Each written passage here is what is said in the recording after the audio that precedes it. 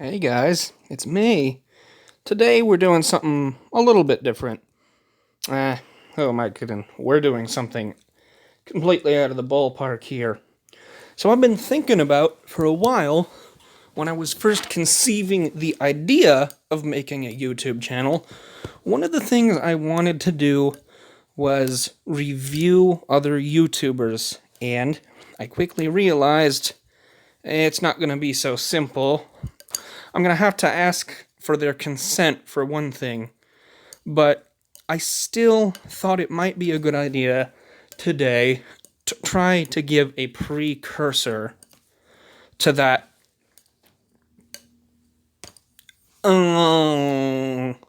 Isabel, what should I call it? Isabel? Okay, she doesn't know what to call it. Well, basically, what I'm going to do is I'm going to take you on a little tour of a few of my personal favorite channels. So, these are people that I'm not going to show you all of my subscriptions because, well, I don't know, let's see. Yeah, I'm not going to show you all my subscriptions, but I am going to show you the ones that kind of stick with me personally for usually the reason of being unorthodox in their own way. And what I mean is that just not a lot of people know about them, I think. And it's not like they're the underdogs, it's not like they're oppressed, but they're people that I find particularly interesting and I would appreciate to see get a little more attention. And let's start with one that I think would be a perfect example of this, and one that goes way back with me, if we can even find him.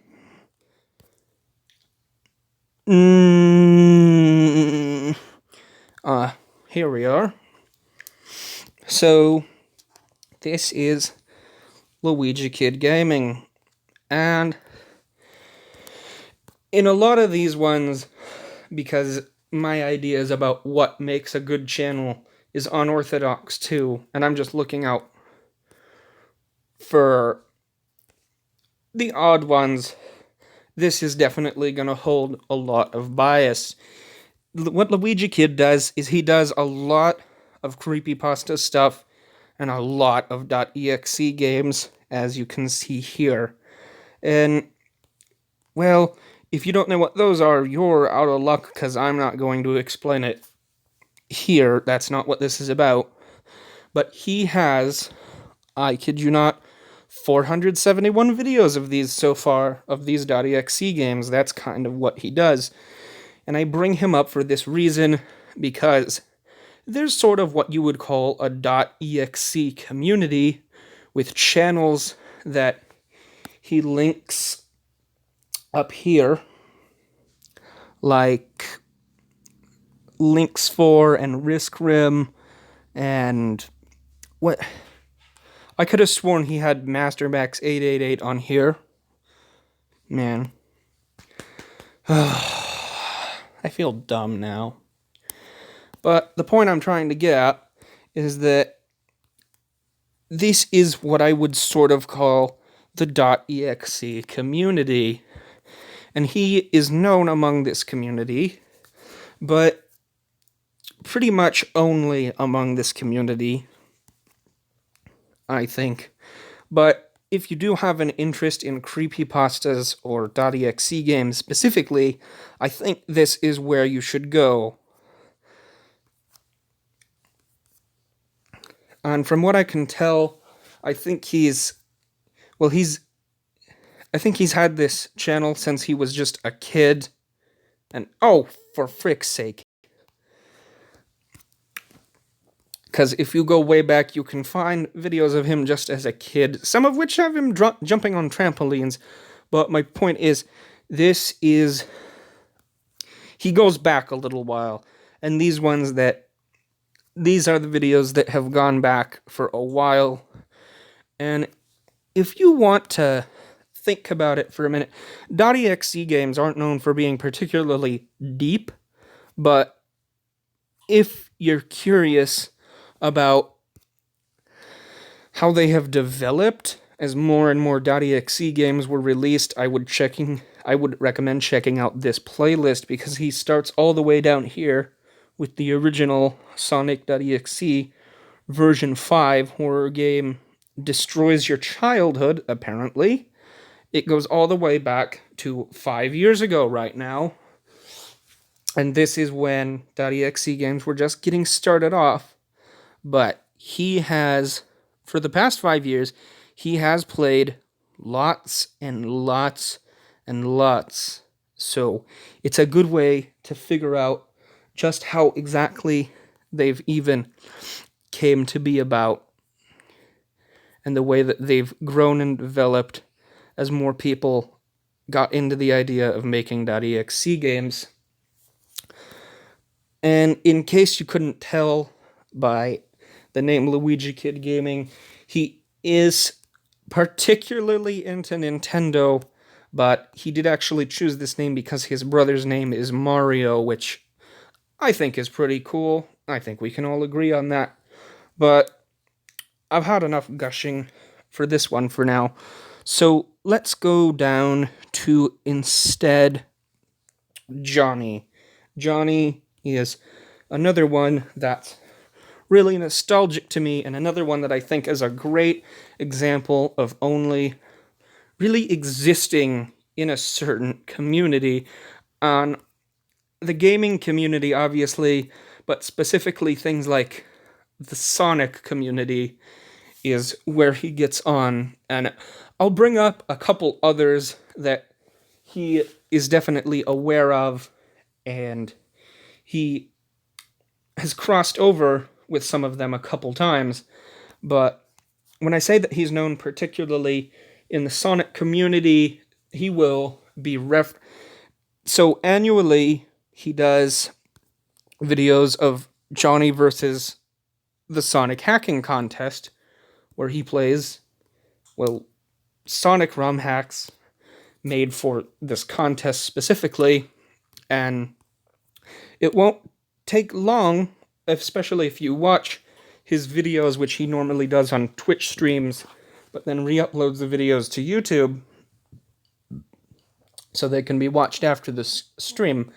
You will see that he does get referenced in these hacks a notable amount of times. Now, but as for what he does overall, he is a game reviewer, and this is something that has gone back a long way. And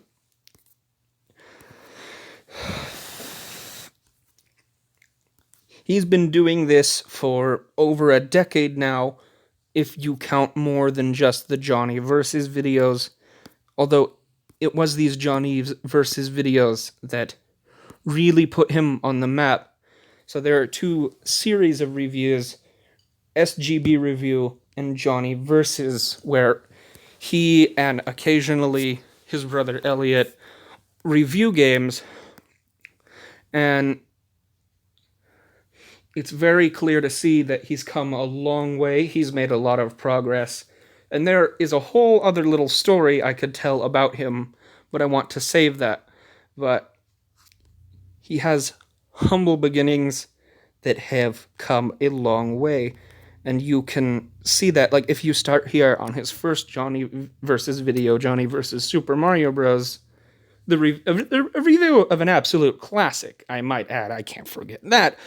And as you slowly work your way up, you start seeing the dates and times these were released. You can see how he and the quality of his videos has progressed. You can see here that he has several different drawings, and his humor is definitely becoming better or more focused. But the thing about this one for me personally, is that with most other of my favorite channels, they're I think that what they have to offer more recently isn't as good as what can be found in their past uploads.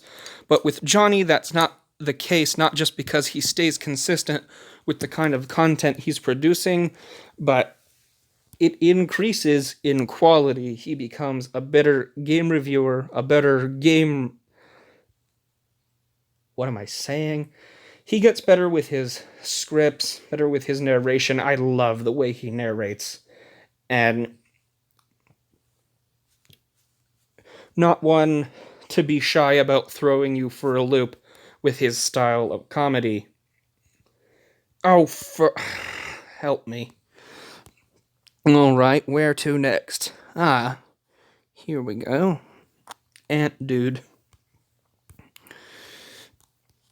So, Ant Dude is pretty similar to Some Call Me Johnny in a few ways, and he is one of the people I mentioned that has crossed over with Johnny on a few occasions. And, well, I'm going to be frank with you. He is on my subscriptions and he's on this list of stuff I'm talking about today. Although I think the way he does things, even though in concept it's not too much different from Johnny, he is not. He clearly has a different style of humor altogether that doesn't appeal to me as much, but I still think it's a neat channel with a lot to look at, especially if you're into Kirby. This guy's a Kirby man. And he, like Johnny, looks at ROM hacks, except he actually looks at these ROM hacks in a series of scripted reviews. And this has... I really wish there were more of these too.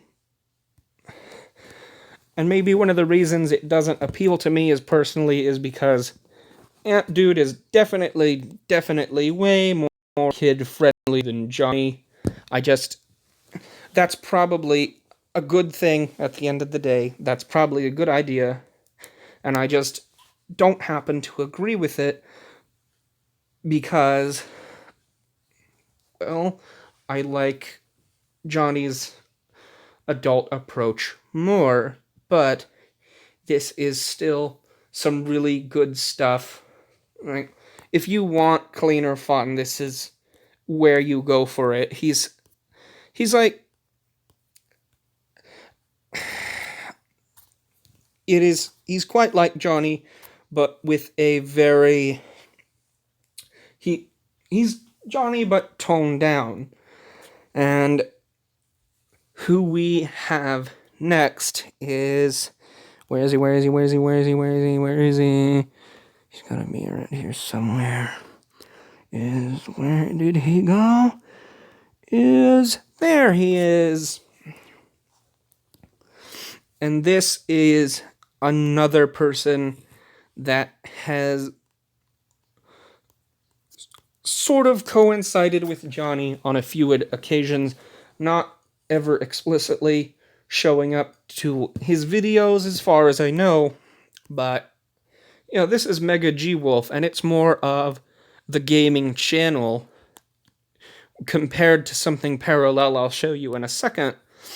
But this is another guy that is known in the Sonic community specifically, and he is noticed in ROM hacks as well. But I think this guy, especially with his other channel I'm going to show you, has an amazing sense of humor that I think is genuinely underrated. But the one really neat thing that you can find here is his, if I can even find the goddamn things.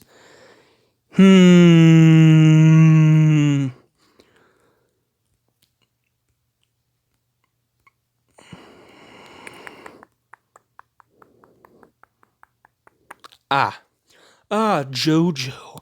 I kid you not. His Sonic hack videos.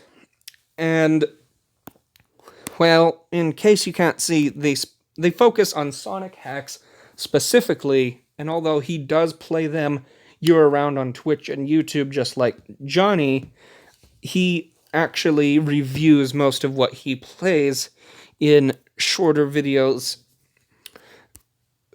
almost like Ant Dude, but whereas Ant Dude takes a compilation of hacks and puts them in the same video and focuses on a particular series, MegaGWolf looks at hacks individually, and there are a lot of them. So if you're looking to get into Sonic hacks, if you're interested, and you don't want to watch full Let's Plays and live streams, I recommend this is a good place to go if you want to look, because I think he explains these in fair depth without overstaying his welcome, and that's good. Now, about that other thing I was talking about is this, pixelated memories.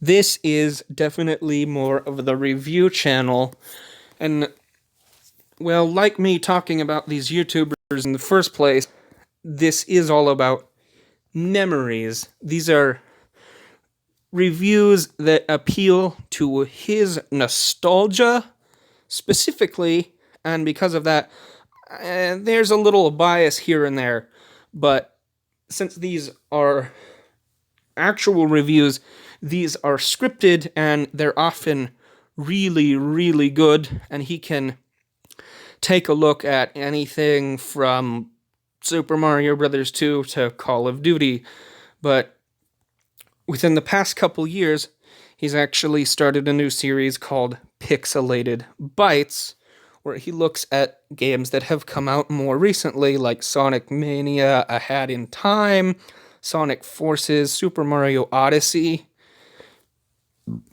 But these are pretty good. They're pretty well written. I love the jokes personally, and again, I don't think this guy overstays his welcome.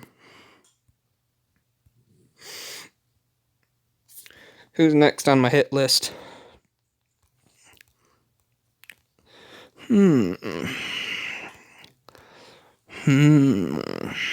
Let's see here. Here we go. Wantron. This guy has no videos, only some links to other channels. I subscribed because I thought the name was just awesome. Some review, huh? Alright, now let's take a look at...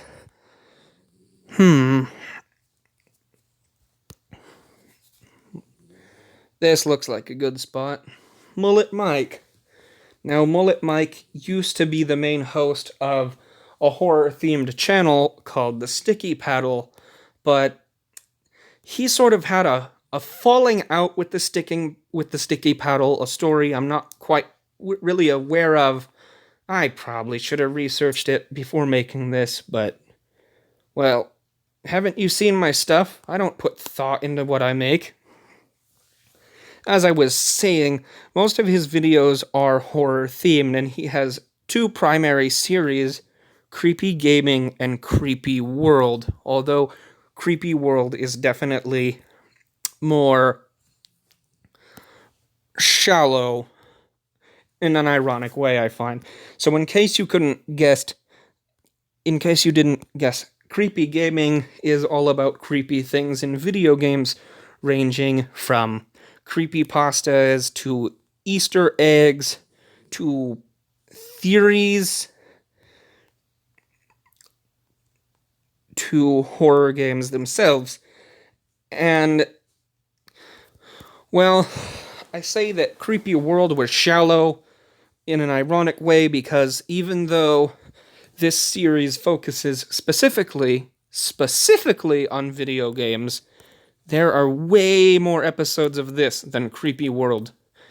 And he does categorize all this stuff into seasons to make it easier and better to understand.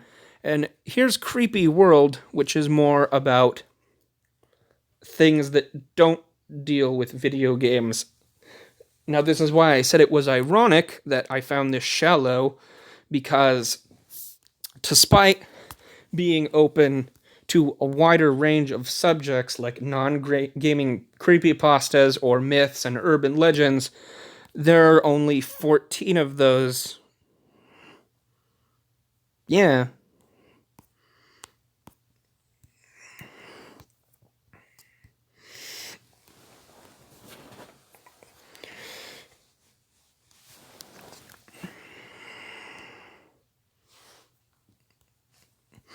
Now, next, we're going to take a look at a couple interesting ones that really coincide.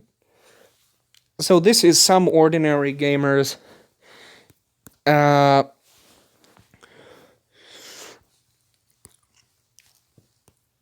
He used to be known for doing also a lot of haunted gaming videos, which are the same basic premise, but he takes a look at creepypastas specifically. But I say used to, there was actually a point, unfortunately, where he got struck by YouTube and he ended up archiving a good chunk of the creepypasta videos he made to another channel I'll show you in just a second. More recently, he's focused on, well, some weird stuff. That's really who he's always been, but, well, he has this series about exploring the deep web, which is often seen as taboo by people who don't actually understand what they're talking about. And he does a lot of... He's calling people out a lot for real-life drama issues that have been going on, like, Twitch safety is a word in Indian I can't read. And Rant Time, where he talks about issues normally going on in the game industry that are normally by fault of people making the games themselves. And as for where those creepypastas went, here we are, Some Ordinary Archives, where you can find not even everything he's made, actually. Some things are still unfortunately missing. Some other people took them and archived them for themselves, which is great, but yeah, if you're into gaming or creepypastas, this is where you should go. And I don't just say that because a lot of them are gaming creepypastas, but because these are always creepypastas being read with a game and some chilling music playing in the background. So you're getting two for the price of one here, a Let's Play and a creepypasta.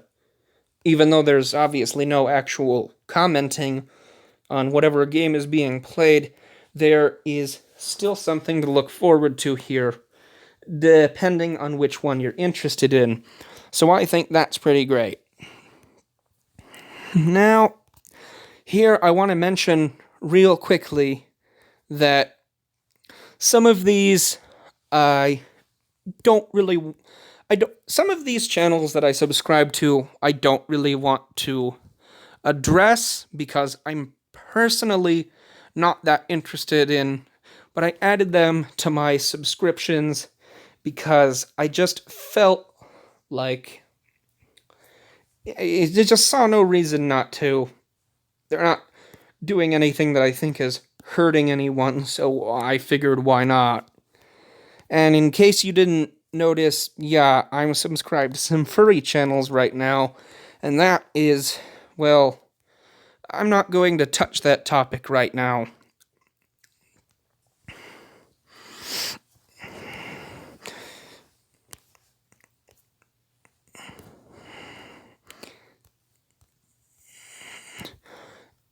Then there's Hoodlums Revenge, and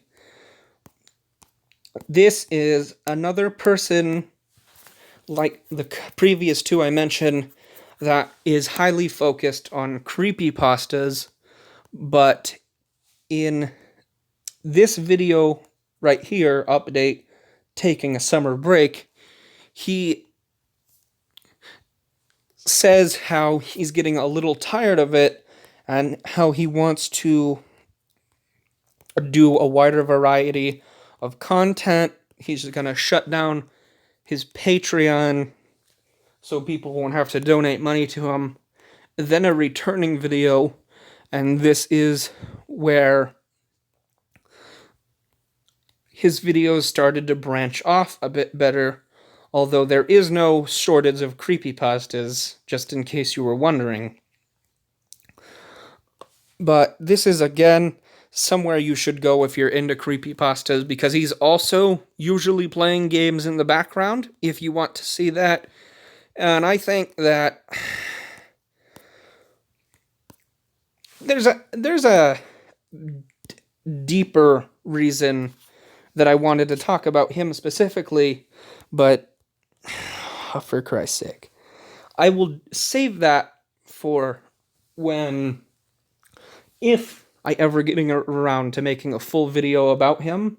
But the gist of it is, I don't just think he's a really cool content creator, but I subscribe to him and I like him, and I'm giving my time to show him here because I think he's a good person. And when I get to making the video about him, I will explain why.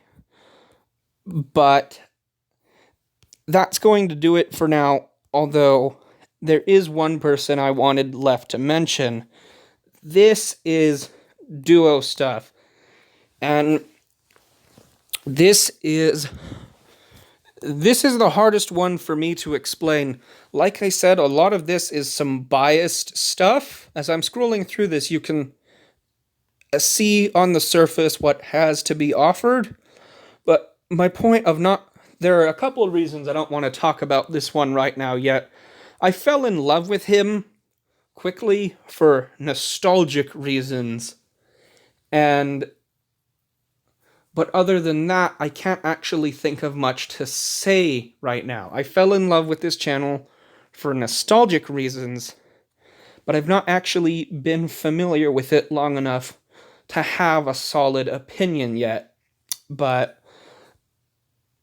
So this is very biased. This is probably the worst case of bias, but there is a pretty special reason I wanted to show this one off a little before we go. So like I said, I wanted consent to make videos about people, and because this guy has responded to comments I've made in the past and has been pretty cool about him, I actually asked right here, I feel nervous about this, but would it be okay if I made a video about you someday? Get the watermark out of my face, thank you. Because I personally don't think there's a whole lot of content on this channel yet, and I'm not very big myself. I do mean someday. For a while now, I thought it would be interesting to review other YouTubers, and I figured to ask permission first. I also don't see a lot of harm in asking sooner than later. Please tell me what you think. And he gave the okay for that. So, he's also just a really cool dude. He's pretty nice to me. Like, again, this is the worst case of bias, because I'm probably mentioning him right now mainly because he's just so cool. But this is overall what we're going to cover for now. So I'll see you next time with more Castlevania. I'll have some more thought out stuff to do in the future, hopefully, and I'll see you guys next time.